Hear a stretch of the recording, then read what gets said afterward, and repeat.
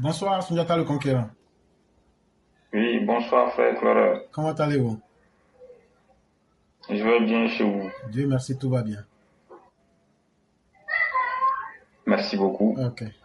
Donc, on vous laisse la parole. Je vous remercie de me donner la parole. Je vais parler des deux sujets d'actualité que vous avez évoqués, notamment les violences au parc à bétail de Port-Boué et des individus qui s'octroient des pouvoirs plutôt qu'ils n'ont pas en voulant récupérer les documents des citoyens pour en faire une manipulation politique. Alors, l'aspect sur lequel je vais m'appesantir sur ce qui s'est passé au parc à bétail, il faut déjà regretter les violences que nous avons vues. Voyez-vous, ça a été une guérilla urbaine qui doit retenir l'attention particulière de tout le monde. Il y a eu des porte-chars incendiés, des pelles mécaniques incendiées,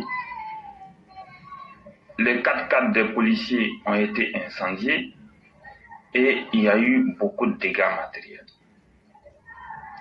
Et pourtant, des discussions ont été engagées au préalable avec les acteurs du secteur de sorte à délocaliser le parc à bétail à Adjamé. Et mieux, il y a le maire d'Adjamé, Farikous Mauro, qui est venu faire une médiation souterraine pour demander aux acteurs des partis. On ne comprend pas, curieusement, à quoi on a assisté. On a vu que les gens, ils sont venus brûler, ils ont affronté les policiers. Et vous voyez bien que c'est inquiétant. Ce que nous allons dire, c'est quoi?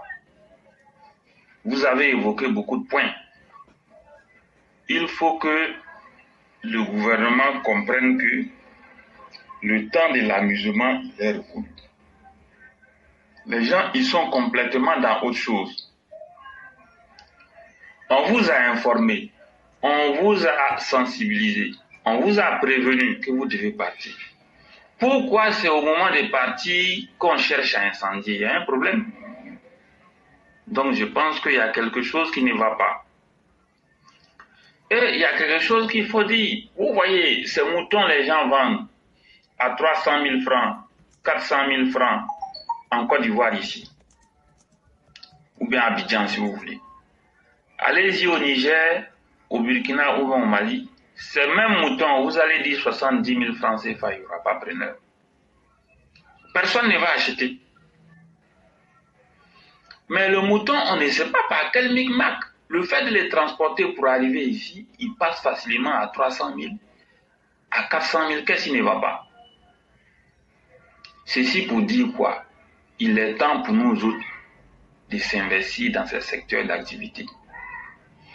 Quand moi je regarde comment les prix des moutons ont flambé de 1992 pour en arriver aujourd'hui, parfois je suis stupéfait. Dans les années 1992, je pèse bien mes mots, les mêmes béliers que vous achetez à 200 000 francs, à 300 000 francs, dans les années 1992, ces mêmes moutons-là, on les vendait à 12 000 francs, à 15 000 francs. Tu ne pouvais jamais voir un mouton qui va atteindre 20 000 francs CFA. Il n'y en avait pas.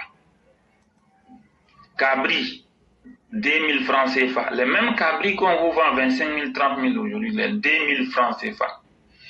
On peut nous dire, oui, que le temps a changé. Oui, le temps a changé, mais la réalité, c'est que il y a la méchanceté de l'homme et parce que l'Ivoirien ne veut pas faire l'élevage. Il est temps de prendre nos responsabilités.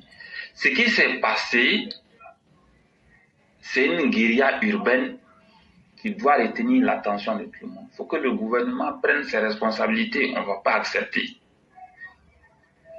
On ne va pas accepter que des gens, pour un oui ou bien un non, vont défier l'autorité de l'État. C'en est de trop. Il faut arrêter. Donc, je pense que il faut que les gens aillent plus loin. Si vous faites le bilan de tout ce qui a été incendié, ça dépasse le milliard. Hein? Si vous faites le bilan, ça dépasse le milliard. Qui paye la note? Ceux qui sont derrière, tout ça, ils doivent payer. Moi, je pense qu'il est temps d'être beaucoup plus ferme.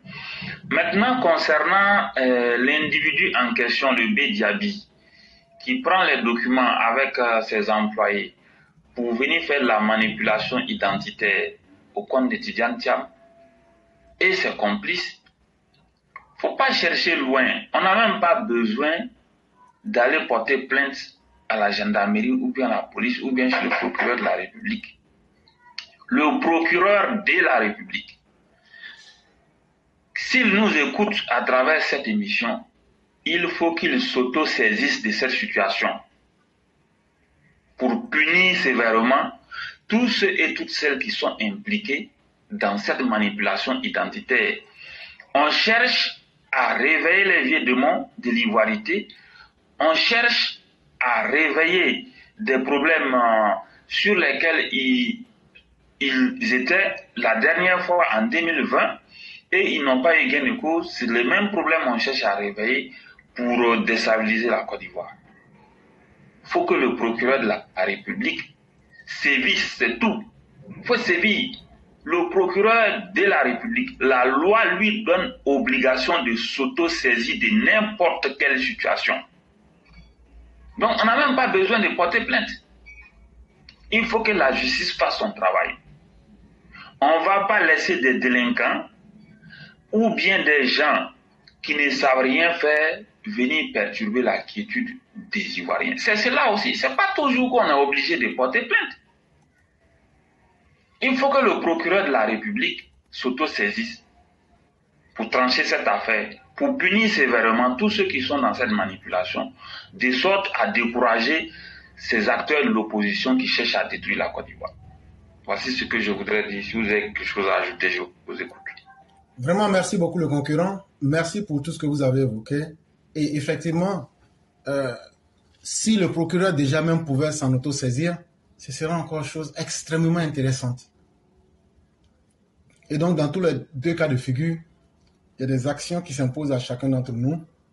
Et il faudrait que les populations elles-mêmes se réveillent pour commencer déjà à inquiéter les malfaiteurs à quelque niveau que ce soit. C'est comme ça qu'on va arriver à les envoyer dans leur retranchement et à apporter plus de sérénité et plus de calme dans la République. Vraiment, merci. Merci pour toutes les propositions que vous avez faites. Et on espère bien que on en tiendra compte pour apporter plus de sérénité dans le pays. Vraiment, merci beaucoup. Je vous remercie également. Okay. Bonne émission à tout le monde. Et vous passez une excellente soirée. Merci beaucoup.